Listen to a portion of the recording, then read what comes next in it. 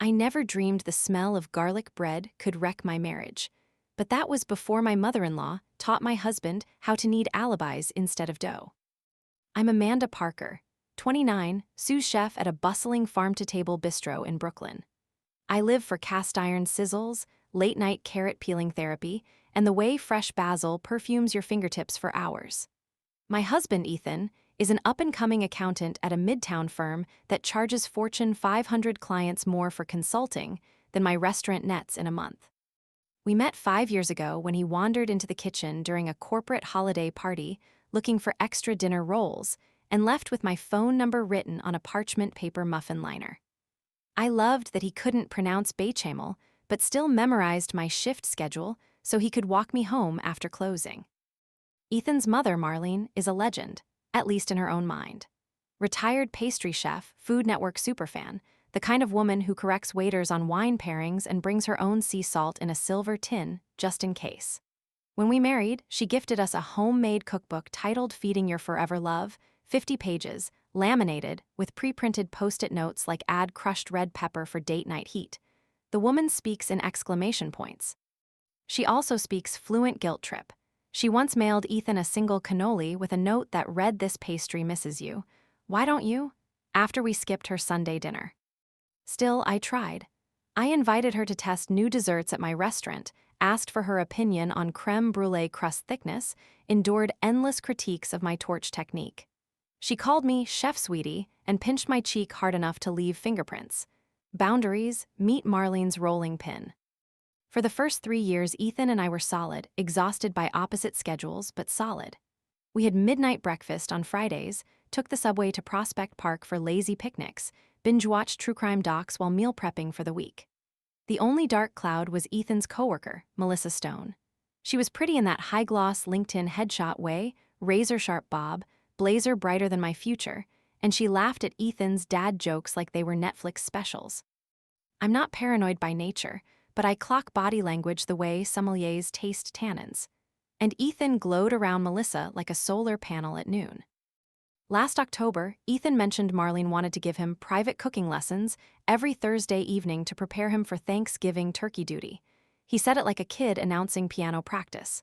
I laughed because Ethan's signature dish is cereal. But he looked earnest, and honestly, any bonding that kept Marlene out of my kitchen sounded heavenly. Plus, Thursday is my double shift day. I wouldn't be home anyway. Go for it, I said, handing him my spare apron. Just don't burn her condo down. The first lesson he returned smelling like rosemary and red wine.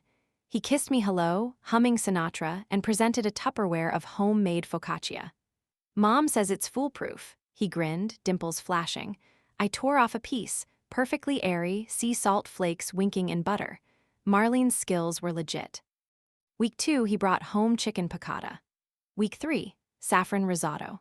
Week 4, he texted at 6 p.m., running late, practicing tiramisu layers, don't wait up. When he crept in after midnight, cheeks flushed, cologne mixed with mascarpone, I chalked it up to culinary zeal. But Melissa appeared in his Instagram stories from the office potluck the next day, bragging about Ethan's homemade dessert, and a thorn of suspicion poked. I tried to shake it. Chefs keep odd hours. I of all people should respect a new obsession with food. And Ethan seemed lighter. He whistled while shaving, asked my opinion about plating garnishes, even joined me at 3 a.m. for staff meal, critiquing my hollandaise like a student eager to impress a professor. Maybe Marlene had unlocked his hidden artist. Then one Thursday in December, my executive chef, Javier, canceled the second dinner seating after a pipe burst over table 12, cue indoor waterfall, screaming diners, fire alarms. We mopped until 9, and Javier insisted I take the rest of the night off. Go bother your husband, he said, flicking water from his beard. You smell like potatoes and despair. I laughed, washed up, and decided to surprise Ethan and Marlene with bubble tea from their favorite bodega. I reached Marlene's condo by 10. Her windows were dark, blinds drawn. Odd, she usually left porch lights blazing like runway beacons. I called Ethan, straight to voicemail. I texted, front door, want to taste that tiramisu? No response. A chilly wind clawed my ears. I juggled the bubble tea carrier and rang the bell. Nothing. Maybe they stepped out for espresso? I shrugged, headed back toward the elevator. That's when I heard it, muffled music down the hall, Dean Martin crooning Volaire. Marlene's ringtone was polka, Ethan's a Marvel theme. Volaire belonged to neither. Curiosity nudged. I followed the sound, bubble tea sweating in my grip. It led me to Unit 5B, vacant last I knew. The door was ajar. Warm light spilled into the hallway, carrying aromas of truffle butter and caramelized onions, restaurant-grade smells, not condo kitchen fumes. I peeked inside. There, under fairy string lights and a rented arch of winter roses, stood Ethan in a crisp white button-down, swirling a glass of Barolo. Across a candlelit bistro table sat Marlene. She wore a sequined shawl, hair in an elaborate updo, champagne flute poised. Between them, a violinist played soft jazz while a private chef shaved truffles onto golden tagliatelle. My throat closed. They clinked glasses, Ethan smiling in a way I'd only ever seen directed at me, or lately at Melissa. I stepped back, stomach free-falling, mind flicking through rational explanations like radio stations searching for signal. Mother-son bonding? Sure, if bonding required mood lighting and $300 wine. A secret anniversary. Their birthdays are in May. I pressed my spine against the hallway wall, heart pounding louder than the violin. Then Marlene reached across the table, brushed something from Ethan's lip with her thumb, and he closed his eyes, leaning into the touch. My lungs forgot air existed. The violinist slid into a sultry riff. Ethan stood, offered his arm, Marlene rose, and they began a slow dance in the tiny space between table and buffet. Candlelight painted their silhouettes into one shifting shape. I fumbled backward, nearly dropping the bubble tea carrier. Plastic lids popped, tapioca pearls splattering my shoes. I ran, heels clacking, elevator too slow, so I bolted down 5 flights of stairs to the snow-dusted street. I hailed the first cab, tears blurring neon. The driver asked, "You okay, miss?" I choked out my address, hugging lukewarm tea against my chest like a defective heart. My reflection in the window looked unreal, chef whites, hairnet imprint on forehead, mascara streaking like charcoal under rain. When I got home, apartment lights were off. I sat on the kitchen floor, back against the stove, replaying the dance until dawn. My brain tried to file it under harmless, but the file kept spitting sparks. Candlelight, truffles, a violinist. Who hires a violinist for a cooking lesson? At 8 a.m., Ethan shuffled in, humming Volaire, tie askew, cheeks rosy. I hadn't moved. Bubble teas sat on the counter, lids dented. He froze, smile faltering. "Babe, you're home early." I stood, voice gravel. How was tiramisu practice? He blinked, pupils dilating. Messy. Mom kept dropping the cocoa shaker. Must have been tough, I said. Cocoa's lighter than a Stradivarius. His eyebrows knit. I added, "Tell me, was the truffle good?" A flicker of panic. Truffle. Tagliatelle al tartufo. Pairs nicely with Barolo. I stepped closer, inhaling. And a middle-aged violinist, apparently. Color drained from his face. "Amanda, I can explain." I held up a hand. "Shower first, you reek of expensive lies." He opened his mouth, closed it, slunk toward the bathroom.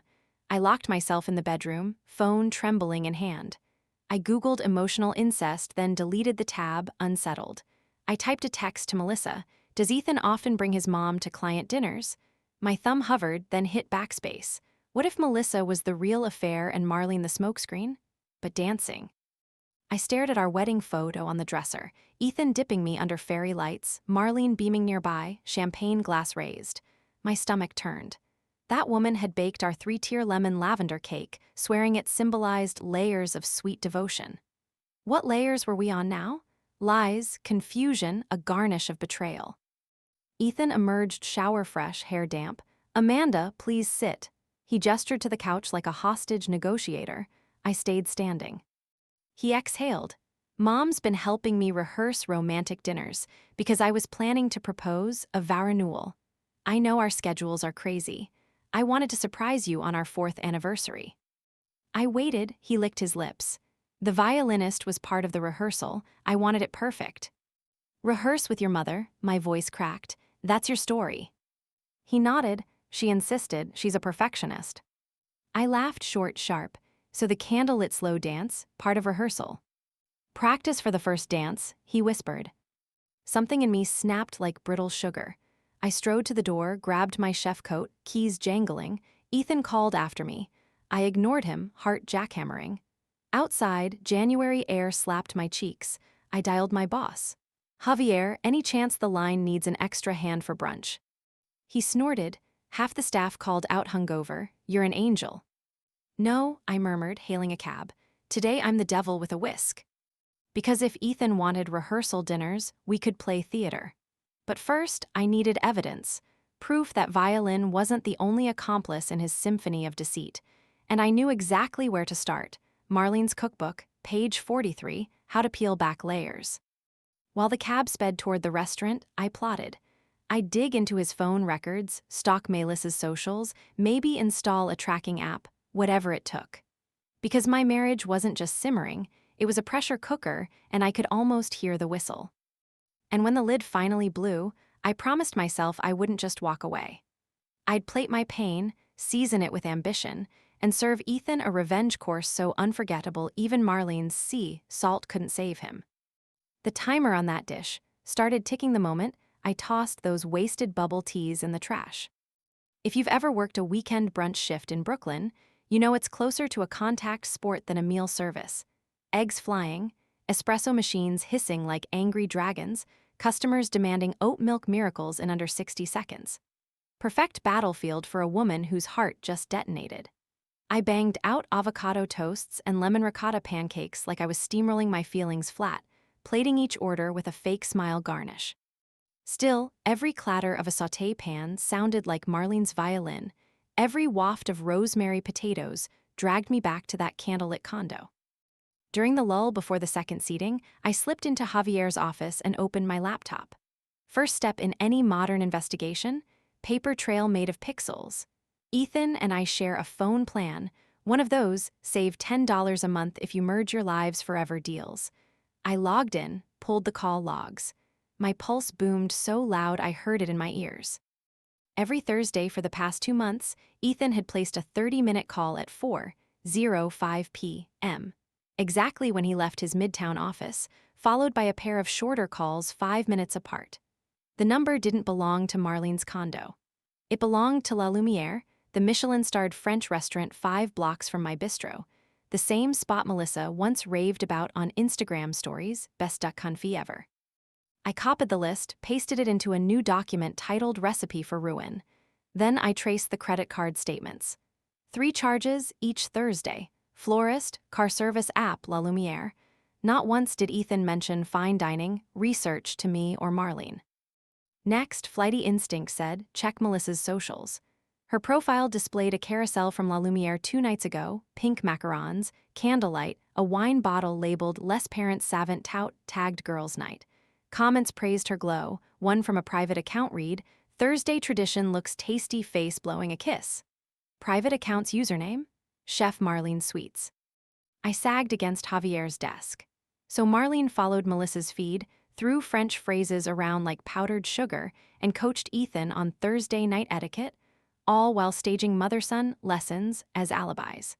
Melissa could still be innocent, but coincidences like this smell worse than week-old lobster stock. Javier knocked, eyebrow raised.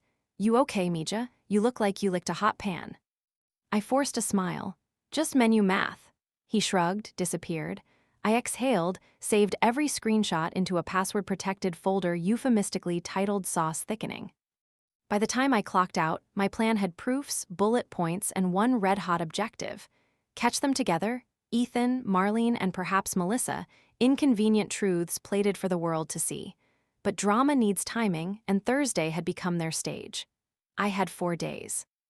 Monday, I played the dutiful wife. I prepped Ethan's coffee, asked about spreadsheets, even complimented his cufflinks.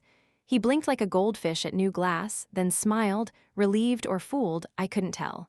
He kissed my hair, promised to pick up pie crusts for Marlene's crostata lesson. My stomach flipped. Tuesday, I visited Marlene under pretext of borrowing a bundt pan. She fussed over my exhausted complexion, offered chamomile, and bragged about Ethan's improving roux technique. He's almost marriage material, she joked, then laughed at her own pun. I scanned her condo. No violin, no fairy lights, no fragrant truffle traces, just a spotless kitchen and a table set for one. Evidence she'd spent Thursday elsewhere. As I left, I noticed a receipt poking from her recycling bin, La Lumiere, dated last Thursday, 2 duck confits, 1 vintage burgundy. I slipped it into my coat sleeve like a secret ingredient. Wednesday, I staged my kitchen. If Thursday night imploded, I needed a parachute, my own dream. For years, I'd sketched a food truck concept, tiny revolutions, seasonal sliders with chef-grade sauces. But what if Betrayal could bankroll something bigger than a truck? Something brick and mortar right across from Marlene's condo, open late, serving comfort food therapy. Revenge with a 5-star Yelp rating. I spent my break scribbling a prototype menu: Cheater's mac and cheese, signature truth tacos, mother-in-law marinara. The petty names were placeholders, but the idea sparked like flambe. Thursday arrived draped in icy rain. Ethan texted at noon, "Mom wants me there early, turkey roulade challenge, home by midnight." I replied with a thumbs-up emoji, then forwarded his text to my bartender friend Leo, who owed me infinite favors after I covered his rent once. Leo managed a speakeasy hidden behind a barber shop. He also moonlighted as a semi-professional photographer. I asked if he could stake out La Lumiere tonight, camera ready. His answer: anything for Chef Firestorm. Code for hell yes. At 5, I told Ethan I landed an emergency extra shift, covering for a sick line cook. He kissed my cheek, grabbed his umbrella, and left whistling Volaire. 30 seconds after the elevator dinged, I headed to the bistro, clocked in, then snuck out the back, coat collar up. Javier winked. He'd approved my menu research night. I met Leo in a parked van across from La Lumiere, windows steamed, lens extended. At 6:07, a black town car pulled up. Ethan stepped out, umbrella in one hand, bouquet of peonies in the other. Melissa's profile banner had peonies. Leo's camera clicked. A minute later, Marlene emerged from the other side, adjusting her pearls. She looped her arm through Ethan's like prom night. They entered the restaurant laughing. Melissa, nowhere yet. My phone buzzed Javier. "Kitchen quiet, cover your tracks, Mija." We waited, drizzle tracing racing stripes down the windshield. 6:25, Leo cursed softly. Melissa approached on foot, clutching her blazer over silky top. She greeted Ethan with a cheek kiss, left then right, European style. Marlene squeezed Melissa's hand, beaming like a maitre d' of deceit. They disappeared inside. I felt cold fury settle into focus, like sugar cooling into caramel. Leo slid me the camera. "You want more?" "Let's get the exit too," I said, "and maybe a few interior shots through the window if reflection's kind." We sat 3 hours, sharing cold coffee and revenge fantasies. Through the glass we captured Ethan toasting both women, feeding Marlene a forkful of dessert, leaning too close to Melissa while Marlene checked her phone. At 9:18 they exited, Melissa arm in arm with Ethan. Marlene waved them into another town car, her own, probably, then headed down the block toward a florist still open late. Leo snapped every angle. Phase 2 required stealth. I followed the town car in a borrowed zip car, Leo riding shotgun giving color commentary. The car stopped outside Melissa's brownstone. Ethan and Melissa stayed inside talking for a long minute. Melissa exited, blowing a kiss through the cracked window. Ethan watched her climb the stairs, then directed the driver toward Marlene's condo. "Mother than mistress," Leo muttered. "Dude, running a sad tasting menu." I pressed the accelerator, parking half a block behind Marlene's building. Ethan disappeared inside with a cake box, perhaps Friday breakfast guilt. Leo yawned. "We done." "Almost," I said. "Final plating tomorrow." We offloaded photos to my laptop, backed them up to 3 clouds, then I typed a message to Ethan. "Roux lesson tonight? Hope you nailed the reduction. Can't wait to taste the truth." I scheduled it to send at 7 a.m. At dawn, before exhaustion dragged me under, I drafted a Yelp review in a private doc. La Lumiere, great duck confit, comes with complimentary mother-in-law inside of Betrayal. Petty, yes, but I wouldn't post it yet. As I drifted to sleep, a clearer vision formed. Instead of going nuclear online, I'd invite Ethan, Marlene, and Melissa to a soft opening of my imaginary restaurant, unveil video footage on a projector, serve humble pie a la mode. Public humiliation, with a side of legal leverage. The next morning, Ethan's reply pinged. "Morning, love. Lessons went late, but the turkey roulade turned out amazing." Brunch Sunday? I stared at the blue bubble, bile rising. He still thought the stove was off, the pressure cooker silent. He had no idea I'd just turned the heat to high. I called a realtor friend, asked how hard it would be to lease the vacant corner bakery opposite Marlene's condo. He laughed, location awful for foot traffic at night. Perfect, I said.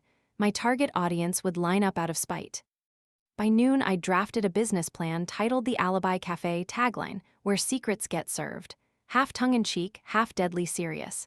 Investors? Javier's cousin ran a small venture fund for female-owned food startups. I emailed him a pitch deck, sprinkled with Leo's night vision photos as inspiration slides. He replied in 20 minutes, "This tea is scalding. Let's meet Monday." Now I had fuel, matches, and a recipe. All that remained was the flambé in front of my carefully selected dinner guests. Because sometimes the only way to reclaim your life is to torch the menu you were handed and write a new one in smoke and neon. That night, as Ethan snored beside me, oblivious, I tucked earbuds in and looped Dean Martin's Volare. I imagined my restaurant's grand opening banner unfurling, "Truth tastes better hot," and pictured Marlene choking on her own sea salt when the projector lit up. Sleep finally came, heavy and dreamless. Tomorrow I'd marinate evidence in silence. But very soon, Thursday again, I would serve a family-style disaster, garnished with receipts no amount of Parmesan could hide.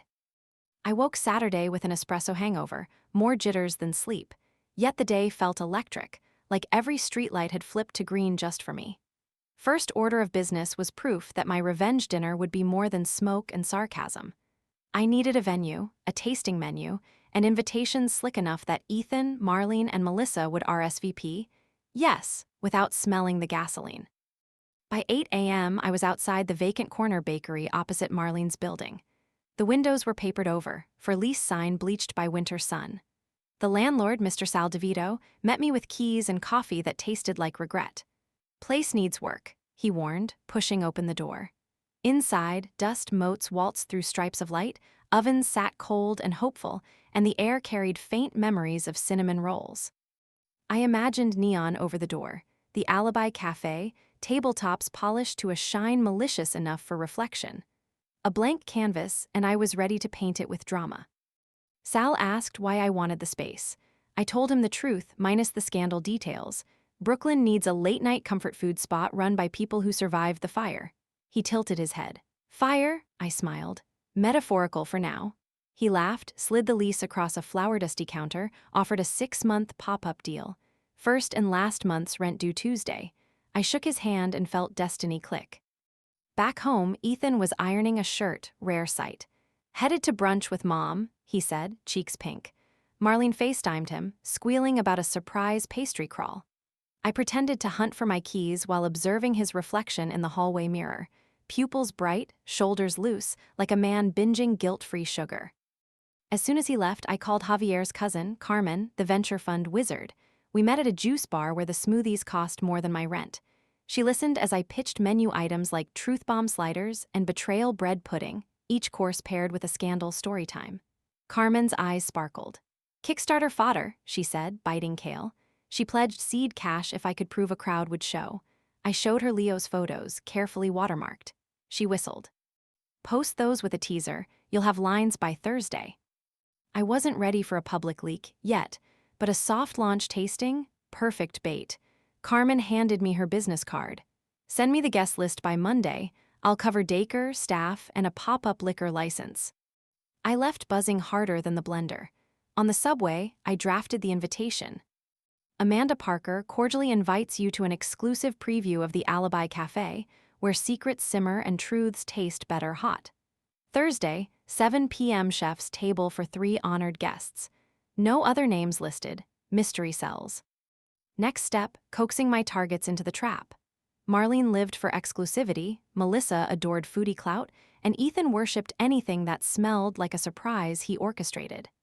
I created a fresh Gmail alias, Chef Curator Brooklyn, then fired off 3 emails. To Marlene, praise for her legendary pastry career, a private influencer tasting, celebrating intergenerational culinary mentorship. Would she bring her accomplished son as +1?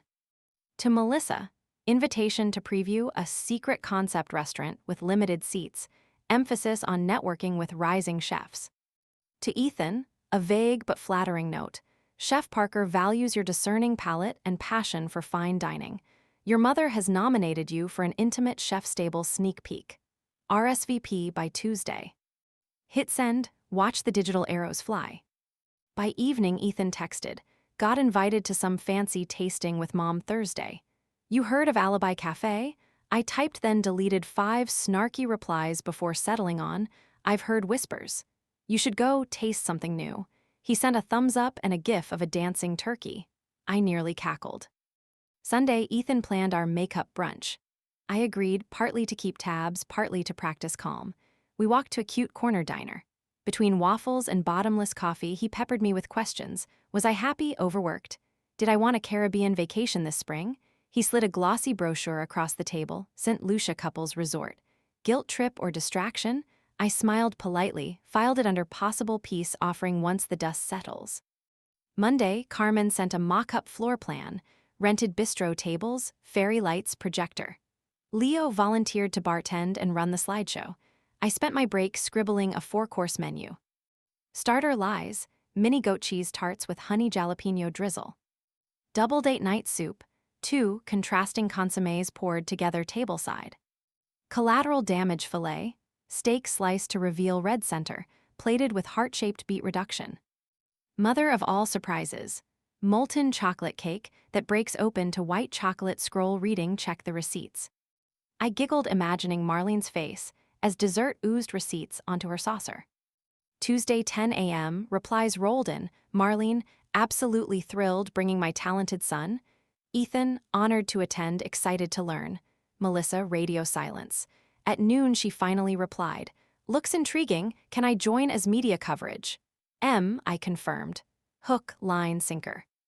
That evening Ethan announced he'd be late Thursday, Mom wants extra practice, and offered to bring me leftovers.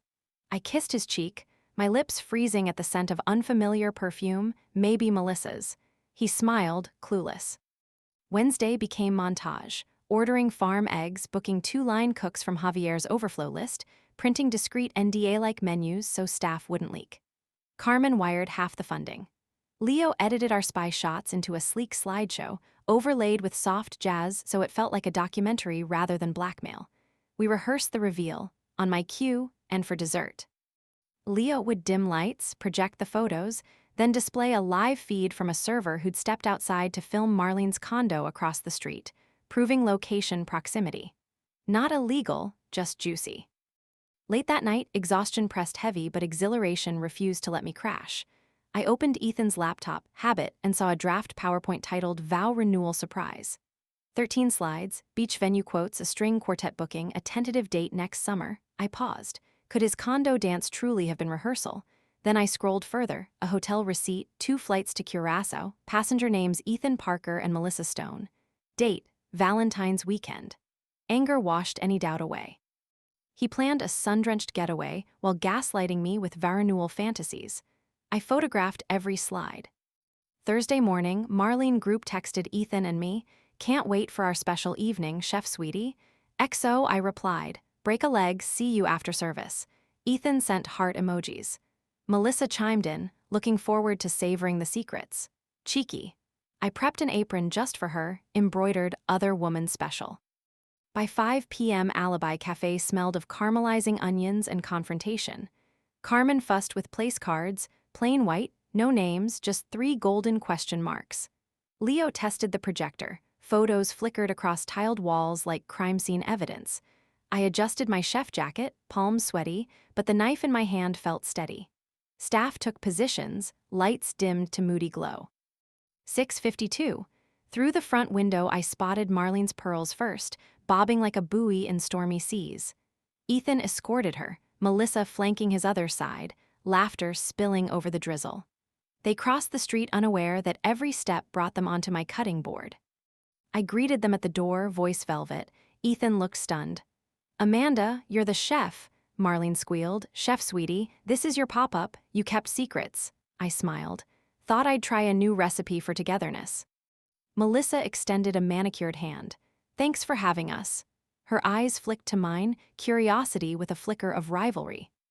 I led them to the chef's table, spotlit, intimate, cameras subtly embedded. As they sat, Ethan whispered, Babe, why didn't you tell me? I leaned close. Because tasting menus are best when every course is a surprise. Appetizers arrived. Conversation flowed, Marlene gushed, Melissa praised plating, Ethan beamed at his talented wife. They didn't notice Leo behind the bar, queuing up the slideshow. Course 2 landed. I described dual consommes representing transparent communication. Melissa raised a brow at the metaphor, Ethan chuckled nervously. Good, cracks forming. Course 3, steak sliced open, red center gleaming. I told them, sometimes the most tender cuts hide under a tough exterior, but once you open up, truth spills out. Ethan's fork paused midair. Marlene dabbed her lips, eyes narrowing. Finally, dessert. I carried the tray personally, 3 molten cakes dusted with powdered sugar hearts. For this sweet ending, I said, spotlight shifting, you'll discover a message baked inside, courtesy of the universe. I stepped back, nodded at Leo. Lights dimmed, projector flared. First slide, Ethan feeding Marlene at La Lumiere. Gasps. Next, Ethan and Melissa arm in arm. Then the car kiss blur, followed by Marlene's receipt. Melissa's eyes widened, hand flying to mouth. Ethan sprang up, knocking his chair. Marlene shrieked, "What is this ambush?" I stayed silent, letting the evidence speak. Final slide, cuirass, a flight reservation with Melissa's name. She stood, face blanching. "Ethan, you said those were client miles." The café buzzed, staff frozen. Leo killed the slideshow, lights brightened. Ethan looked at me, eyes wet, fury, shame, maybe relief. "Amanda, we can talk." "Talk?" I gestured to the molten cakes, chocolate leaking onto plates, scrolls half melted but still legible. Check the receipts. I faced Melissa. "Still hungry for secrets?" She grabbed her purse. "I had no idea your mother was part of this circus." Marlene sputtered. Ethan reached for my arm, I stepped back. "Service is over," I said calmly. "Please settle your check with our bartender. Payment accepted in honesty or silence, your choice." Melissa fled first, heels clacking. Marlene chased after, shrieking about slander. Ethan lingered, shoulders slumped. "Why?" he croaked. I met his gaze. "Because garlic bread wasn't the thing that ruined us. Lies were. I just plated them so you could taste the bitterness too." He opened his mouth, closed it, followed his mother into the night. The door shut. Leo exhaled. Carmen raised a glass of Prosecco. Staff burst into applause, half awkward, half cathartic. A few early invited investors seated at the bar looked thrilled. Best dinner theater in town. I stepped into the kitchen, legs trembling but heart strangely calm. My phone buzzed. Alert from the bank, Ethan attempted a $5,000 transfer. I smiled, declined it. Outside, I watched their figures disappear into drizzle. Across the street, Marlene's condo lights flickered on, casting silhouettes packing in frantic discord. I breathed in onion-scented air, tasted accomplishment, and grief mingled, salty on my tongue. I turned to Carmen. "Think the Alibi Cafe has legs?" She grinned. "Darling, you just proved the concept. Betrayal is the hottest seasoning this city's tasted in years." She raised her glass. To truth served sizzling. I clinked, but inside a new question simmered. Now that the spectacle was plated and devoured, what recipe would I follow next? Forgiveness? Divorce? Or a grand opening menu that fed broken hearts, including mine, back to wholeness? Tomorrow, I'd start drafting part 2 of my life. Tonight, I let the cafe lights glow, warming a space that felt, finally, mine. When dawn seeped through the Alibi Cafe's front windows, it found me asleep on a stack of unopened flour bags, chef jacket for a blanket and phone clenched in my hand like a panic button. The night's adrenaline had finally surrendered to bone-deep exhaustion somewhere between mopping melted chocolate off the tiles and soothing Carmen's giddy investors with, "Yes, we'll file for permanent permits next week." But the second sunlight touched my eyelids, reality barged back in, no longer a stage play, just my life in jagged, fluorescent detail. First vibration, a text from Ethan, actually 6, stacked like plates in the notification bar. "Please talk to me, Mom's hysterical. Melissa's threatening HR. We can fix this. I'm sorry, I'm outside." I sat up so fast the bags toppled, flour puffing into a ghostly cloud. Outside, I crept to the window. Ethan leaned against a lamppost, suit rumpled, eyes ringed red. He clutched a manila folder and 2 paper cups, coffee peace offerings. A lonely bouquet of crushed peonies lay at his feet, petals scattered like confetti from a regret parade. My heart did a traitorous skip, But then I remembered Curaçao flights, clandestine dinners, the violinist's bow gliding across Betrayal. I opened the door only far enough to step onto the sidewalk. He thrust a cup toward me. No foam, 2 sugars your way. I ignored the cup. Shouldn't you be consoling your mother-wife or booking a new mistress voyage? He flinched. I deserved that. He looked up, voice brittle. I never slept with Melissa, Amanda. She's a smug flirt, but the Curaçao trip was a marketing summit. My firm wanted a client-facing duo. I lied about it because I knew it looked bad. Everything looks bad when truth is camera-ready, I said. He swallowed. About Mom, the dinners weren't romantic. She pushed the violin, the candles, said that's what high-end patrons expect at exclusive chef tables. I didn't see how twisted it appeared until your slideshow. He ran a hand through hair that hadn't met gel this morning. Mom blurs boundaries. I was too weak to set them. A delivery van rumbled past, drowning our awkward silence. Flour dust still clung to my sleeves. I probably looked like a ghost of yesterday's pastry wars. Ethan lifted the manila folder. I typed up a full confession of the lies, credit card charges, receipts, everything. Your lawyer can use it. I'll sign whatever settlement you want. His voice cracked. Just don't let the story kill us permanently. I studied his trembling hand. Part of me longed to reach out, habit, history, but trust isn't a herb you toss in at the end. Once scorched, it turns bitter. I appreciate the folder. You should email a copy, too. Paper gets lost. He nodded, tears shining. Will you at least read my letter? I'll have my attorney read it, I said, softer than I meant. Right now I'm marinating in self-respect. Needs a full 12 hours. He managed a sad laugh. Still the chef of metaphors. He set both coffees and the bouquet on a bench, backed away. Take care, Amanda. He paused. Your restaurant's going to change lives. I'm proud, even if I'm not welcome inside. He walked off, shoulders caved. I waited until he turned the corner before retrieving the coffees, still hot. I tossed the peonies into a sidewalk trash can. Even beautiful things rot when planted in lies. Inside, Carmen arrived brandishing a clipboard and a sugar-drunk grin. Morning, mogul. Investors loved last night. Immersive honesty dining, they called it. We're trending on local foodie TikTok. Great, I croaked, sipping lukewarm caffeine. My stomach somersaulted. I also may be divorcing. Carmen's smile softened. Then let's funnel that energy into permits and payroll. She tapped the clipboard.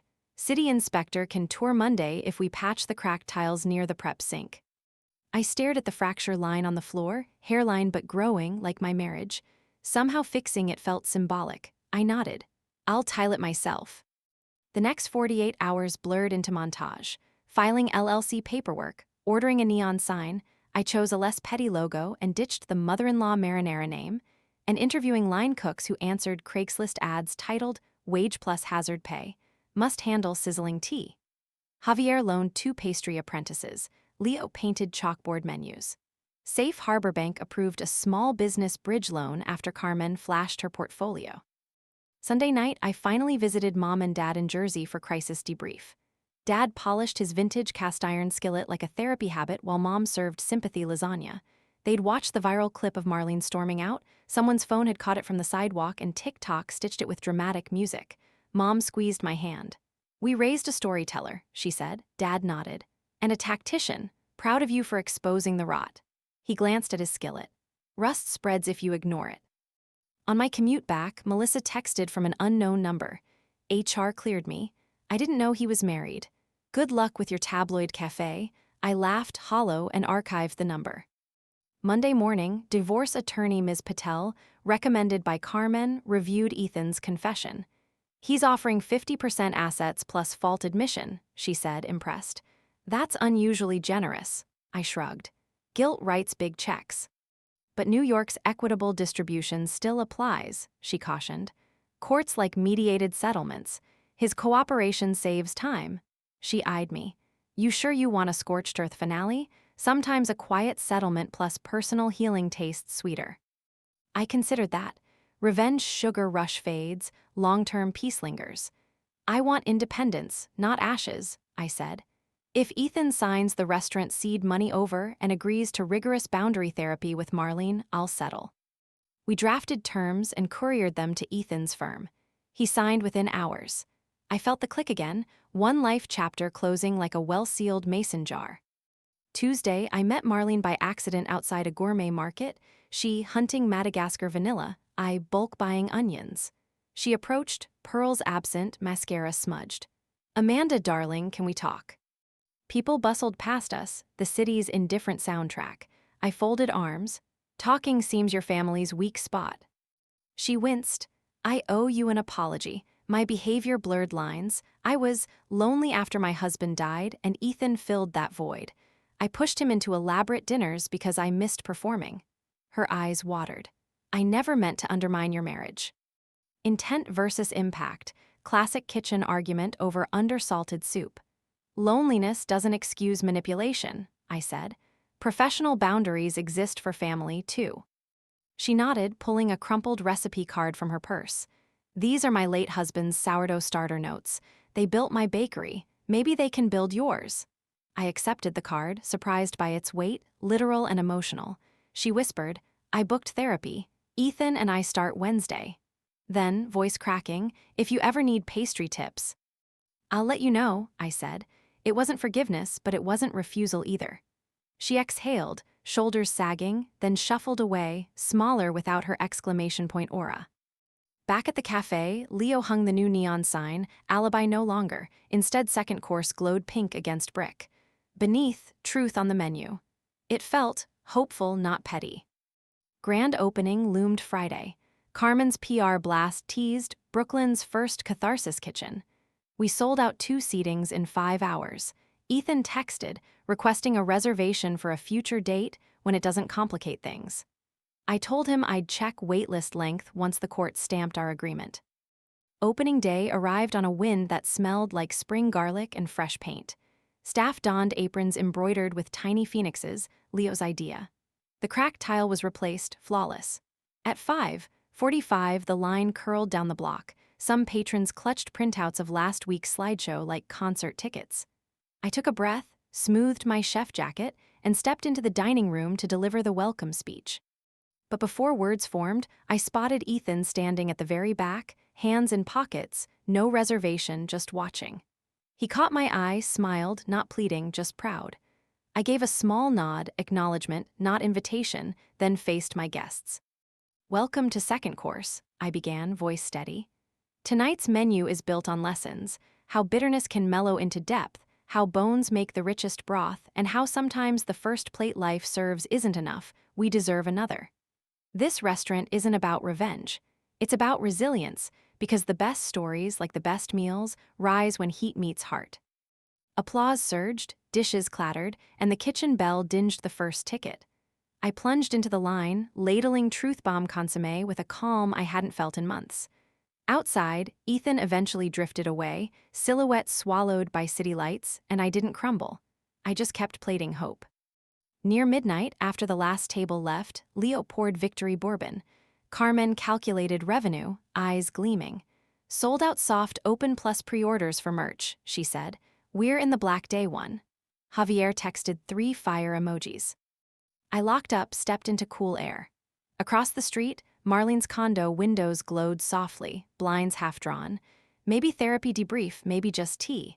Either way, their story was theirs now. Mine was steaming proudly behind me. I walked home beneath streetlights, clutching the sourdough card. Tomorrow I'd feed the starter, raise a batch, perhaps name it closure. And when dawn came again, I knew it would find me not on flour sacks but in my own bed.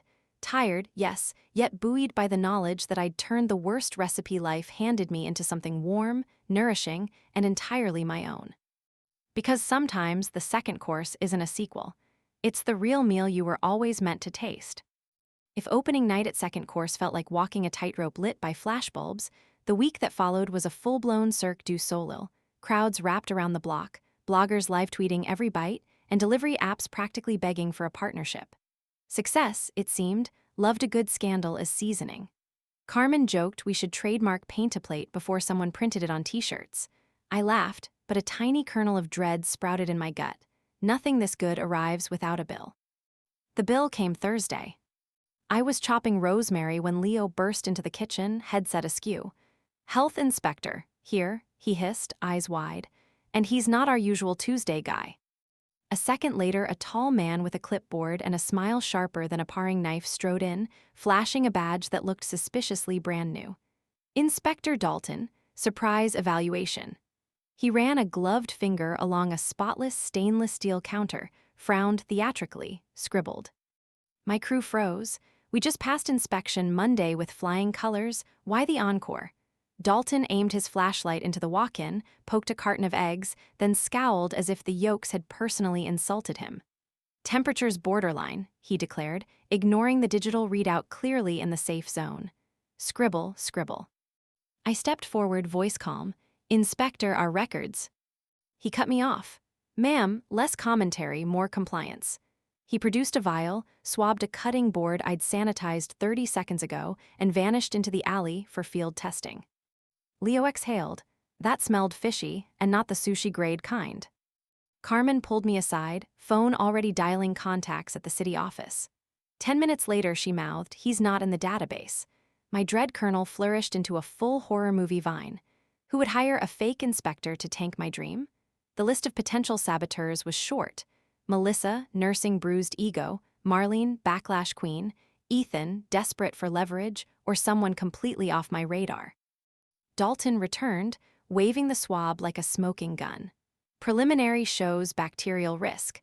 I'm shutting you down pending lab results. He slapped a neon orange notice on the door, camera phone lenses outside immediately clicking like paparazzi at a perp walk.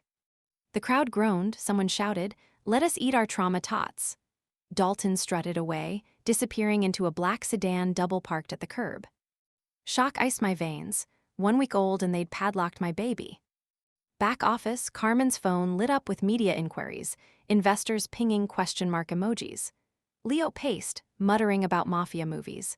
I stared at the orange notice, mind replaying every hand wash, every sanitized thermometer. First instinct, call Ethan finance guy, crisis management whiz. Then I remembered the manila folder and swallowed the urge. Instead, I dialed Ms. Patel. She listened, then said, screenshot everything. I'll subpoena the inspection log and surveillance footage. Legalese comfort food. That night the café sat dark, smelling of garlic and injustice. I walked home past Marlene's building. Lights were on, silhouettes gesturing wildly. My phone buzzed, unknown number sent a single photo. The fake inspector and Marlene talking in a bakery supply store, timestamped 2 days ago. Caption, thought you'd want proof. No signature, but I recognized Melissa's manicured hand in the foreground reflection. For once, her vanity helped. Rage fused with resolve. I forwarded the pic to Ms. Patel. Within hours, she filed a harassment complaint and an emergency injunction to reopen pending verification.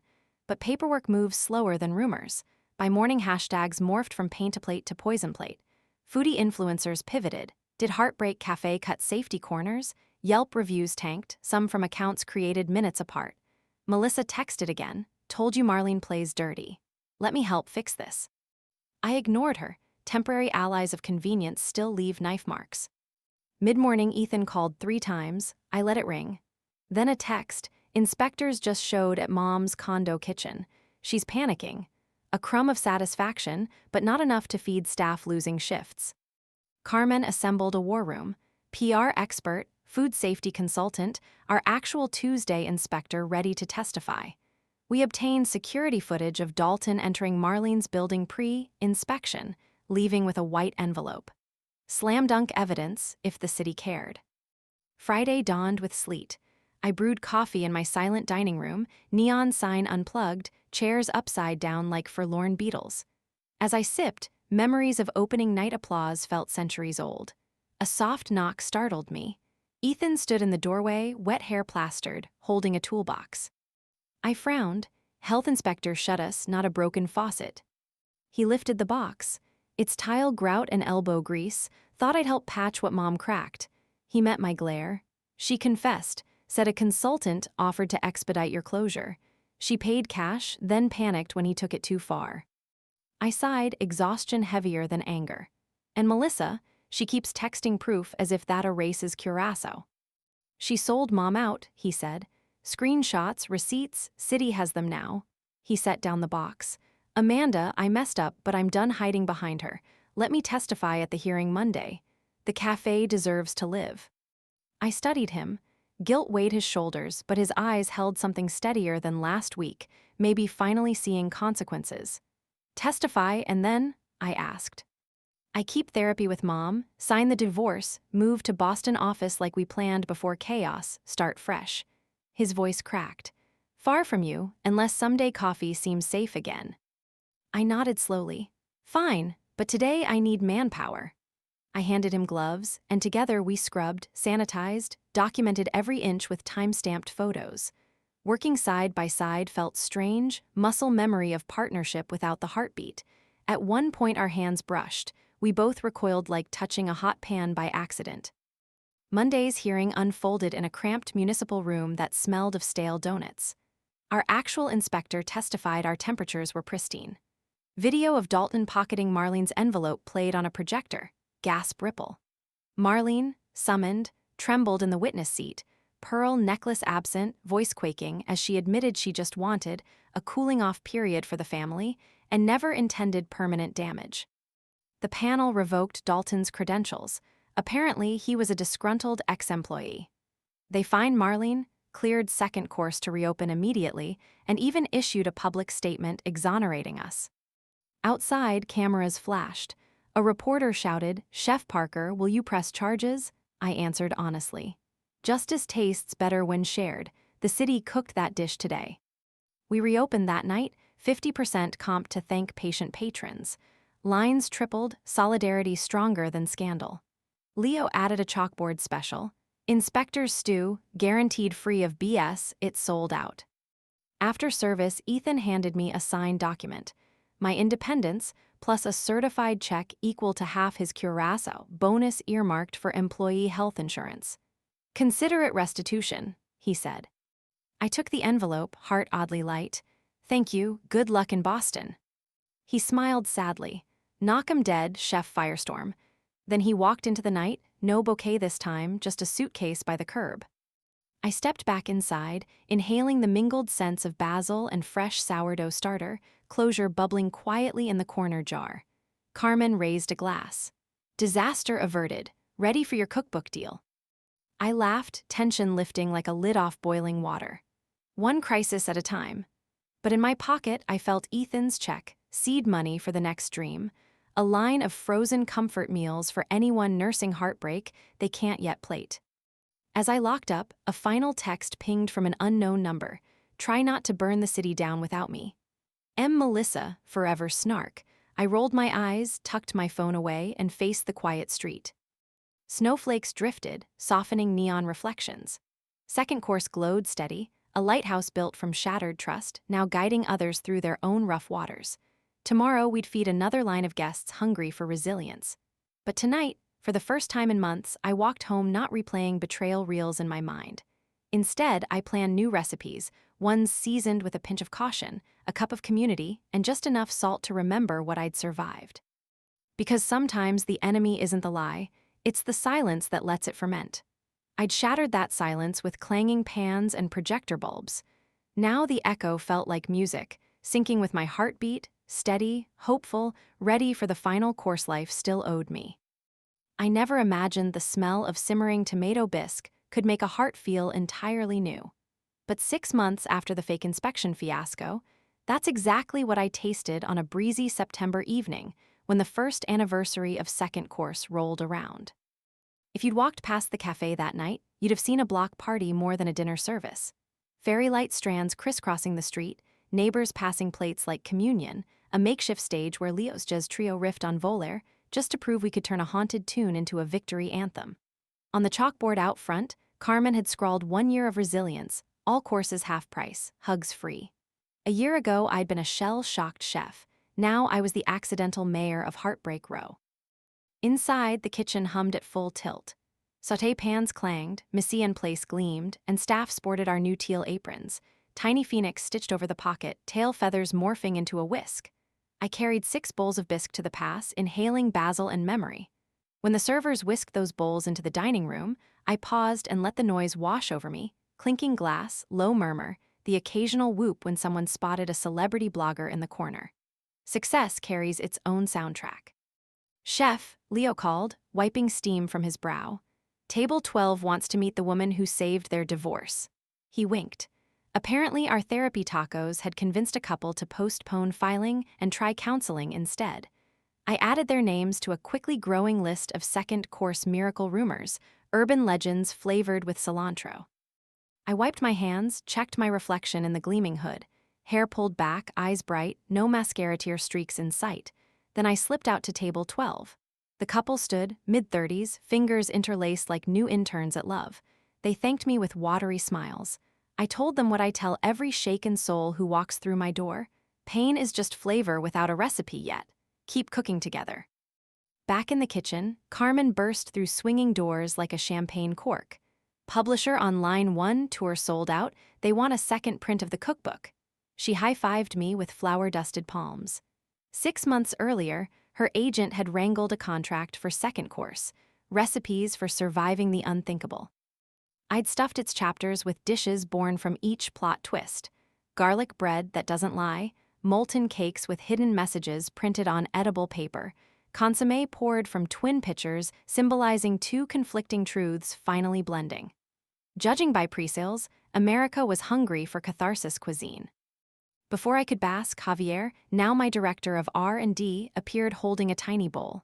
"Taste test," he commanded, shoving a spoonful of smoked paprika yoli at my lips. I nodded approval, tried to dart away, but he blocked me with his spatula. "Also, there's a guy in an apron asking where to unload 9 dozen sourdough boule. Says it? Closure." I laughed. Closure had indeed grown into a monster sourdough starter that produced loaves for shelters every week. "Send him to loading dock," I said, patting Javier on the shoulder. "And remind him starter B is called Fresh Start, no mixing." I slipped into my office, a glorified broom closet with a skylight to gulp water and glance at my phone. 2 new messages blinked. First, a photo from Mom, Dad flipping pancakes shaped like phoenixes, captioned "Proud of our hatchling." Second, a video clip from Ethan, sent to the group chat we'd resurrected for polite post-divorce communications. He stood in his new Boston apartment kitchen, brandishing a whisk while Marlene, via Zoom, coached him on lemon meringue peaks. Ethan and I weren't friends exactly, but we'd found a rhythm. He paid alimony, I emailed him closure loaf recipes, we joked about therapy homework. Marlene's court-ordered boundaries training had stuck. She no longer called him my little sous chef in public. In the clip, she ended with, "Remember, darling, keep the peaks stiff, like your spine when temptation calls." Ethan rolled his eyes affectionately, the way normal sons do. Progress. I texted back a thumbs up, then muted the thread. Tonight wasn't about them, it was about this moment. Outside the office, the jazz trio's song ended. I felt a hush ripple, a subtle shift in frequency. Curious, I peeked into the dining room. Carmen stood on stage, microphone in hand, gesturing for me. The staff parted like curtains, coaxing me forward amid whoops. Heart hammering, I climbed the 3-step riser. Carmen beamed. "Folks," she said, "1 year ago, Chef Amanda Parker turned broken vows into a 5-star vow for all of us, to serve truth hot. Tonight we celebrate not just great food, but the courage to rewrite recipes." Applause thundered, my cheeks burned. Carmen waved me closer. "And because she never stops feeding others, even off the clock, we have a surprise." She nodded to the entrance. 2 shelter coordinators wheeled in a steel cart loaded with cardboard boxes, frozen meals under our brand Comfort reheated, destined for domestic violence safe houses statewide. The project I'd funded with Ethan's Curaçao check had cleared inspection and launched early. I bit my lip. Tears threatened to smear my eyeliner, but they tasted sweet. While the crowd cheered, Carmen leaned in, whispering, "There's one more dessert course outside." She tipped her head toward the street. Confused, I followed her down the steps, through the doors. A hush fell beyond the fairy lights. Center of the closed-off intersection stood a gleaming food truck painted teal to match our aprons. On its side, in swirling coral letters, read "Tiny Revolutions," the dream I'd almost shelved when life detonated. I turned to Carmen, speechless. "Investor group loved the concept," she said. "It'll serve neighborhoods without late-night spots. And guess who's running it?" The back hatch opened. Leo leaned out, brandishing a slider. "Midnight breakfast too, chef." I laughed, loud, unfiltered, the kind you think you've forgotten how to make. The crowd clapped, flashbulbs popped. In that strobe of elation, I realized part 6 of my life wasn't an ending, it was an expansion pack. Second course anchored the community, comfort reheated reached survivors, tiny revolutions would feed the wanderers. Carmen handed me a mic. Speech, she mouthed. My throat tightened but words bubbled. 1 year ago, I served a dessert with a secret scroll that said check the receipts. Tonight, the only receipt I want you to keep is the one that shows you paid hope forward. Because pain will always find new diners, but so will healing. If you taste something here that mends a crack in your heart, pass that recipe on. Add your own twist. That's how we stay hungry for life, not just for drama. Cheers erupted. Leo rang the food truck bell, servers poured complimentary Prosecco. I sipped, savoring bubbles on my tongue, a reminder that sometimes pressure produces sparkle. Later, after the last dish was washed and staff danced out to the subway, I locked up alone. Second course felt peaceful, chairs upside down in tidy rows, neon humming like a lullaby. I set my chef knife on its magnetic strip, traced its handle. The blade had sliced betrayal, carved resilience, now rested clean. I stepped outside. The street was quiet, confetti scraps glittering under lamplight. Ethan had once said he was proud of me. Maybe I could finally be proud of myself, no qualifiers. I glanced at tiny revolutions parked behind the café, ready to roll at dawn. Its metal skin reflected the café sign, so that second course hovered on its surface like a twin flame. I inhaled crisp night air, heavy with rosemary and diesel. Tomorrow, new stories would queue at my door, some bleeding, some blooming. But I'd be here, ladling comfort, plating truth, reminding them that burnt edges can still taste like beginnings if you marinate them long enough in courage. And as I walked home under a slivermoon sky, I carried no leftover dread, no sour aftertaste, just the warm certainty that the recipes I lived and served could never be stolen again. They were mine, seasoned by survival, sweetened by second chances, and always, always more than enough. Subscribe to my Mia's Stories YouTube channel for raw, emotional stories and authentic insights that encourage healing, growth, and understanding. Don't forget to be part of a supportive space where stories inspire and lessons resonate. What do you think about this story? Let us know in the comments. Your opinion truly matters to us, and we're here for you.